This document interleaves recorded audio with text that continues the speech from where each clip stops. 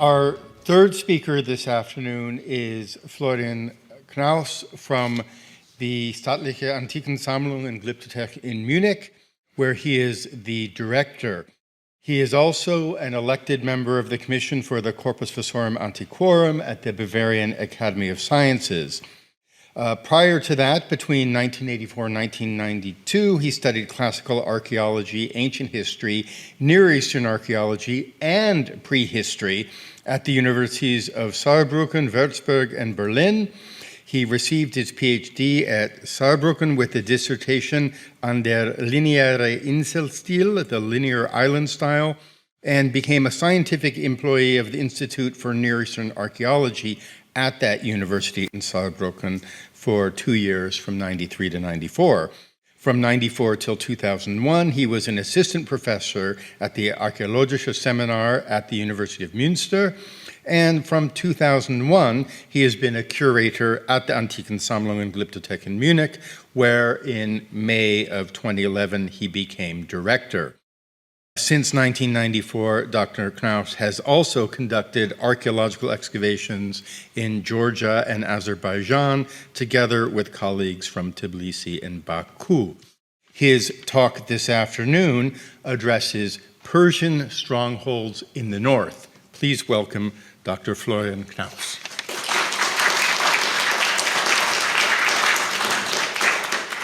So, dear Kenneth, thank you so much for this very kind introduction. And again, thanks a lot to the organizers, to Rahim and Robert. Thanks again to Marissa and Lexi. It's really a pleasure and a great honor for me to be here. For now, in truth, the whole land of Asia, dispeopled, maketh moan. Xerxes led forth.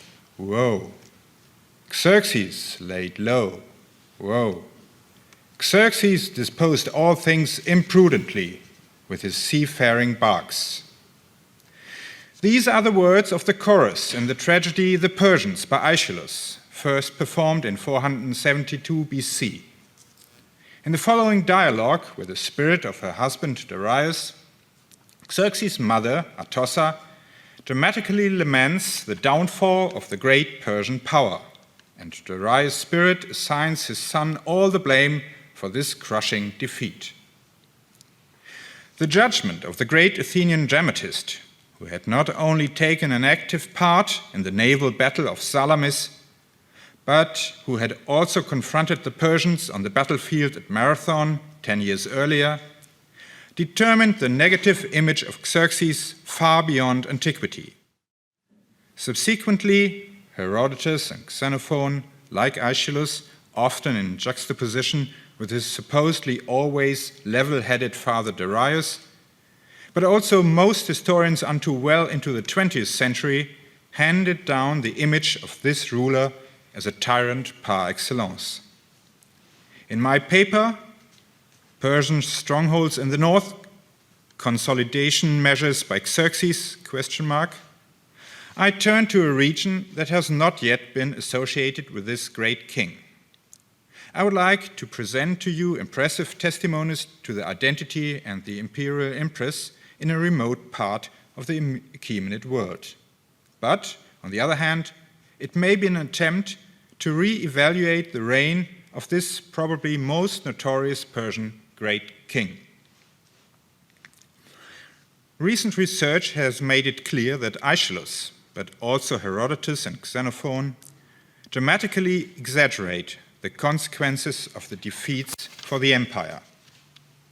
The accusations of the Greek authors correspond to the usual topoi: hubris, cruelty, religious intolerance, cowardice, and baleful influence of women. Interestingly, Xerxes is also blamed for his lively building activity. This is indeed a characteristic of his reign, and can be seen particularly well in Persepolis, where he not only completed the buildings begun by his father Darius, but also decisively redesigned the palace terrace. However, his building measures were by no means limited to the capitals in the center of the empire. In Xenophon, Anabasis 12:9, we read that soon after the Persian defeats at Salamis and Plataea, the great king had the fortress and the satrap's seat built in the strategically important city of Kelainae in Phrygia. However, archaeologically, we can grasp these measures much more poorly than Xerxes' building activity in the center of the Achaemenid Empire. Even at the older capitals of the satrapies in Sardis and Daskylion, only relatively small traces of Persian presence can be detected to this day. The lack of Achaemenid monuments and significant archaeological traces of their rule outside of Iran has led to the Achaemenid Empire being regularly referred to as elusive or archaeologically invisible in the past. In the former empires, conquered by Cyrus and Cambyses, the Persians found impressive architecture, and so the satraps there often resided in the existing palaces of the Egyptians, Babylonians, and Lydians. In the meantime, material traces of the Persians outside their Iranian core area are becoming increasingly easier to grasp. However, despite the discovery of sites such as the one at Meydan Jikale or the tombs in the El Male plain, just shown by Latife, the Achaemenid fingerprint remains conspicuously small in Asia Minor, for example, which was Persian for more than 200 years. Nowhere in the conquered lands was an identifiably Iranian or Achaemenid material culture introduced on a broader level. The findings on the northwestern periphery of the empire, the region between the Greater and the Lesser Caucasus, are quite different. Ever since the work of Yakov Smirnov more than 100 years ago, it has been known that the Caucasus is one of the regions that is particularly rich in impressive finds that we can associate with the Persians. Large numbers of high-quality Achaemenid and Achaemenizing small finds have already been uncovered in Georgia for a long time, and also, with slightly less density, in Armenia and Azerbaijan.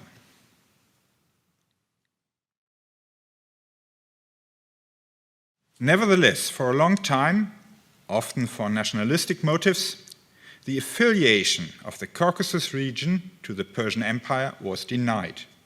For example, by the leading Georgian archaeologist of the time, Otar Lotkipanidze. But even in Azerbaijan today, people are occasionally opposed to Persian foreign rule for ideological reasons. At the same time, although largely unnoticed by researchers in the West until the opening of the Iron Curtain, impressive buildings had already been discovered in Azerbaijan and Georgia since the 1950s that could be linked to the Achaemenids. The discovery of the Karajamale residence should now have settled the discussion. Since then, there can be no reasonable doubt that the area south of the Great Caucasus was part of the Persian Empire, at least since the early 5th century BC. 22 years ago, a chance find led my friends and colleagues, Ilyas Babayev, Yulon Gargoshidze, and me, to Karajamale. Our Azerbaijani colleague Ideal Narimanov had drawn our attention to an Achaemenid limestone column base that a farmer had found there 50 years ago.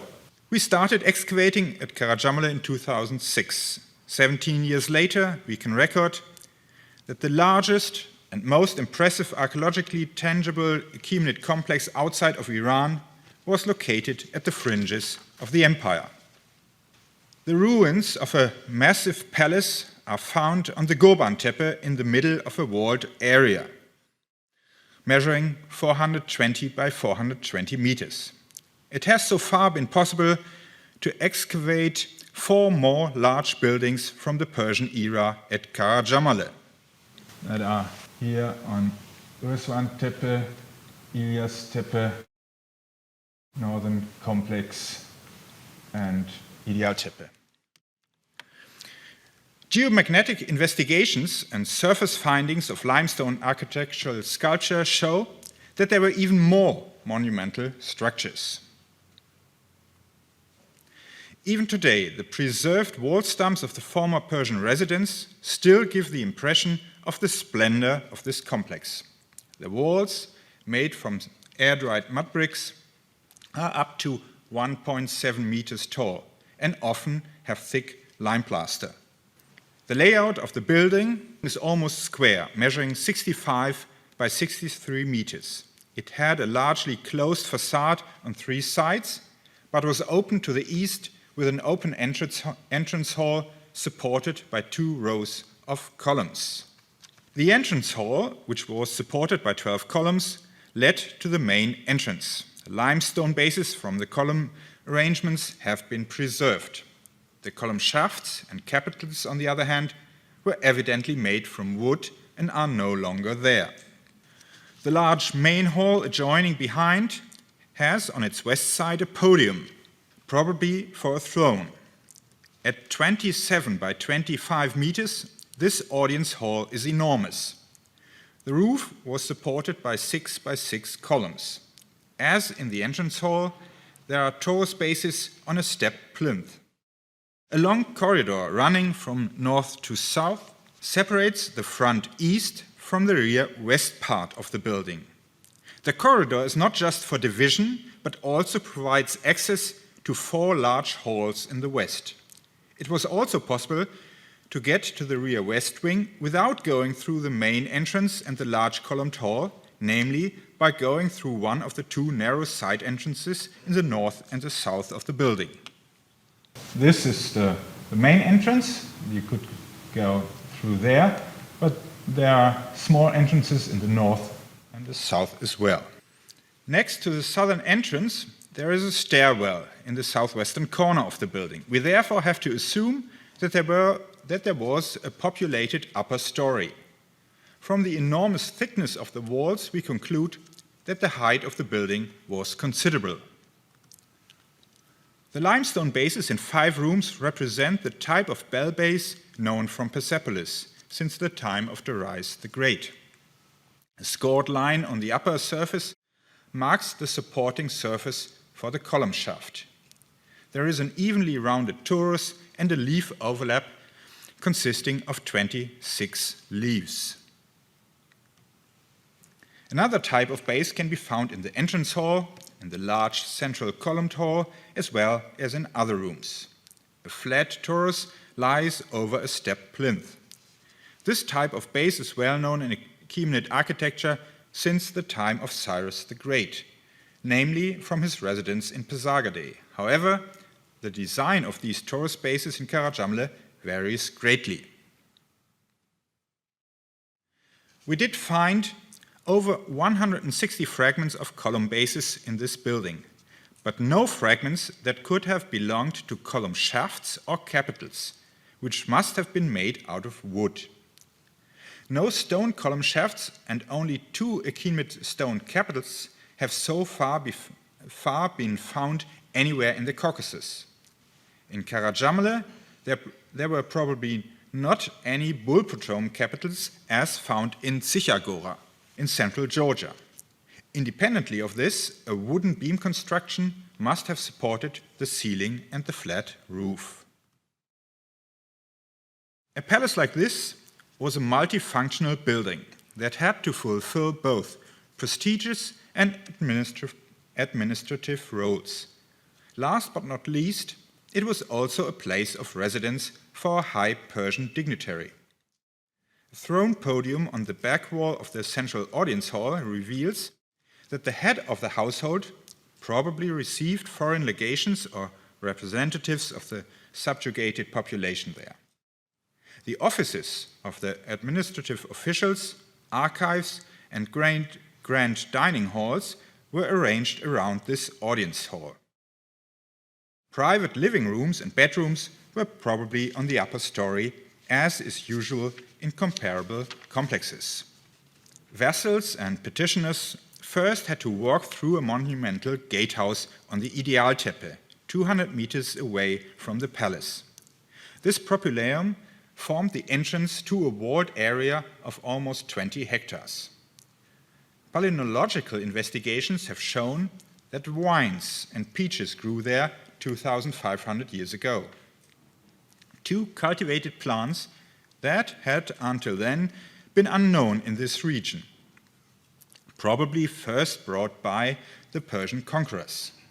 The palace was surrounded by gardens, a so-called paradisos. The propylaeum on the Idealteppe measures 22 by 23 meters, and its character is determined by a succession of 3 columned halls in the central axis. Of what were once 10 column bases, we found 4 still in situ. 2 walls linking from the north and south are part of the wall around the gardens surrounding the palace. Geomagnetic prospection as well as an old aerial photograph confirm in desirable clarity our hypothesis of an extensive enclosing wall of around 420 by 420 meters, in the center of which the palace is situated on the Gurban-Tepe. In a small trench, we uncovered only the foundation of the enclosure wall in its western part. And there was a gatehouse in the west, however much smaller than the propylaeum in the east. 750 meters southeast of the palace, we excavated parts of a large storage building on the Rizwan-Tepe, while 750 meters northeast of the palace on a small elevation called Ilyas-Tepe, we were able to partially uncover another Achaemenid-era mud brick building. However, the plan and the function of this remain unclear. Aerial photographs and geomagnetic investigations led us to expect more massive buildings from the Persian era 300 meters north of the palace, a spot which we call the Northern Complex. Intensive farming in this area in recent decades has almost completely destroyed the former mud brick walls. Yet, during our excavation, we were able to uncover the gravel foundations of walls and column bases. The findings coincide with the aerial photograph and geophysical results. There was at least one massive mud brick building which has a rectangular layout and measures 40 by 25 meters. The walls have exactly the same alignment as the palace on the Gurban-Tepe, the propylaeum on the Idealtepe, and the boundary walls of the Paradisos. The circular base foundations even show that the building had an entrance wall with bell bases, of which only scattered limestone fragments were found. Finally, the Darayatach farmland, 900 meters north of the Gurban-Tepe, became the focus of our attention because of findings of more base fragments. Our sondage yielded no indications of accompanying architecture at this site. However, we did come across the remains of simple dugout houses. The ceramics found there must be dated to the Persian era, Achaemenid bowls as we know them from Sardis and many other places. And the village settlement at Darayatach was evidently built on virgin soil. The foreign rulers probably concentrated the workforce required for building and maintenance near their new residence by synoikism, because investigations in the vicinity showed that older settlements were abandoned there at about the same time. The layout of the Hadish, the residential palace of Xerxes in Persepolis, was evidently used as a blueprint for the palace of Karacamalil. Even the dimensions are virtually identical. There is a large central hall here as there. It is bordered at the sides by wings made up of small rooms. In Persepolis, there are 3 halls with 6 or 4 columns in the rear of the building, which largely corresponds to the Gurban-Tepe. The monumental gatehouse at our site in Azerbaijan follows the example of the Tripylon, or central building, as some colleagues call it, which the same ruler, Xerxes, has built on the palace terrace of Persepolis. The ceramics and the characteristic architectural sculpture fit with the assumption that the entire complex at Karacamale was built during the rule of Xerxes, on a site that had previously not been occupied. Sondages at Mayayatach and Darayatach suggest that the conquerors moved the native population from surrounding villages into the immediate vicinity of the palace, where they were needed for building and maintaining the complex. Karacamale is not unique in the Caucasus. Comparable, if slightly more modest, and less well-preserved complexes from the Persian era have also been discovered in recent years at other sites in Azerbaijan, Georgia, and Armenia. Just 70 kilometers north of Karacamale, at the eastern Georgian site Gumbati in the river valley of the Alasani, only the southern part of a large mud brick building could be uncovered. Reconstruction of the complex is therefore hypothetical. Yet, it still seems entirely plausible that the layout is to be completed in a similar way to the palace on the Gorban Tepe. Fragments from at least 5 bell-shaped bases show that this building was also of a magnificent design. The column bases in Gumbati are, like those in Karacamale, right down to the details. And petrological investigations have shown that they even come from the same quarry. Halfway between Gumbati and Karacamale, at the village of Sabatlo, stray finds of limestone bases point to another massive complex from the Persian era. The location at the estuary of the Erichai into the Alazani is particularly well suited to the monitoring of important transportation routes. An architectural monument from the Persian era was already uncovered on the Zari Tepe, around 80 kilometers west of Karacamale, during the 1950s. Only the western part remained intact. The layout is completely different here. However, 2 bell-shaped bases in the central building, as well as ceramic findings, confirm the complex's link with the Achaemenids. A Persian building complex was also constructed in the 5th century in Benjamin, in the northwest of Armenia. The layout is not Achaemenid, but several bell bases made from local black tuff are representative of the type known from Karacamale, Zaritepe, and Gumbati. No wall remains have been documented from another Achaemenid complex in central Georgia, on a hill called Sichagora. Yet, the fragment of a bell base following the familiar type also connects this site with the Persians. There is a more spectacular zoomorphic capital made from limestone. The sculptural finish in the form of a double bullprotome follows Achaemenid examples as seen in Susa and Persepolis, however in a provincial style. And these days, the number of Achaemenid monuments in the region is increasing once again. 2 years ago, the chance stray find of at least 4 more column bases at Seydlar showed that other Persian monumental buildings are to be expected just 6 kilometers southeast of the Gorban Tepe.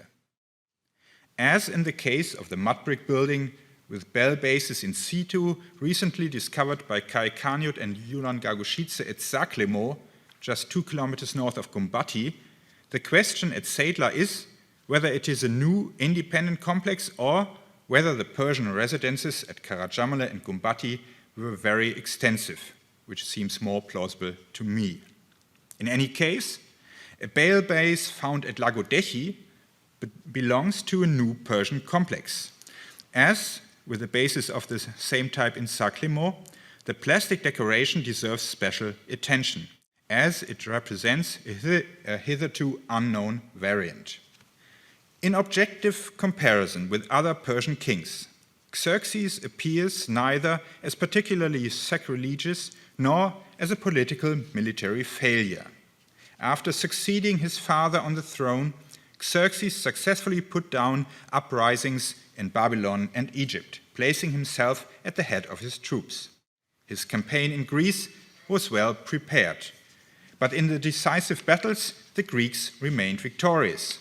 However, Cyrus II and Darius I had also suffered heavy defeats. After Salamis, it made sense for the great king to return to Asia, out of responsibility for the entire empire. The Persians suffered considerable losses of soldiers and ships. But in view of the total number of men in Persia capable of military service, it was not a significant bloodletting. Territorial losses also remained narrowly limited. Crucially, however, there were no signs of declining loyalty among the Persians. Xerxes' attitude in religious matters does not differ from that of his predecessors. He too tried to win the approval of the local gods. The dense network of impressive residences, like the one at Karacamale, shows the vitality of the Persian Empire even in the decades following failed attempts to subjugate Greece. The great king, very likely Xerxes, was evidently willing to dedicate considerable material resources to securing power in this peripheral region. According to Herodotus in the mid-5th century, the Greater Caucasus Range formed the northern boundary of the Persian Empire. Without naming the place, Xenophon, who we have already mentioned, wrote a few decades later in his Anabasis that the satrap Orontes had a basileon in a village in Armenia. Orontes' basileon and the palace at Karacamale could both have been governor residences where the satrap also stayed from time to time. The numerous Achaemenid complexes in the Caucasus, like Persian rule in many other parts of the empire, are insufficiently reflected in the written sources. This need not be surprising, since most of them lay outside the field of vision of Greek authors, perhaps with the exception of the aforementioned passage in Xenophon. The construction of such basileia and possibly also smaller fortifications can perhaps be linked to the written but archaeologically hardly tangible fortifications for Anatolia, which Xerxes had built after 479 BC.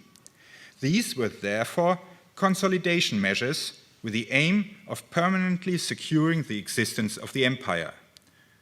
The great king had obviously come to the realization that further expansion would overstretch the forces of the empire and henceforth concentrated on countering attacks by Greeks from the west and mounted nomads from the north at an early stage.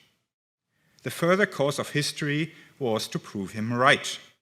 The Greek attacks in Asia Minor and on Cyprus remained without lasting success, and on the northern border of the empire, neither written tradition nor archaeological findings indicate that the Scythians, for example, seriously shook the rule of the Persians in the Caucasus region, as was still regularly the case in earlier times.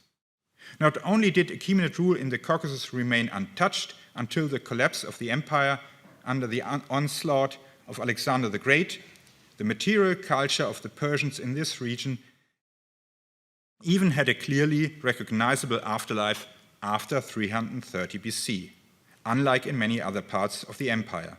But that is another story again. Thank you for your patience.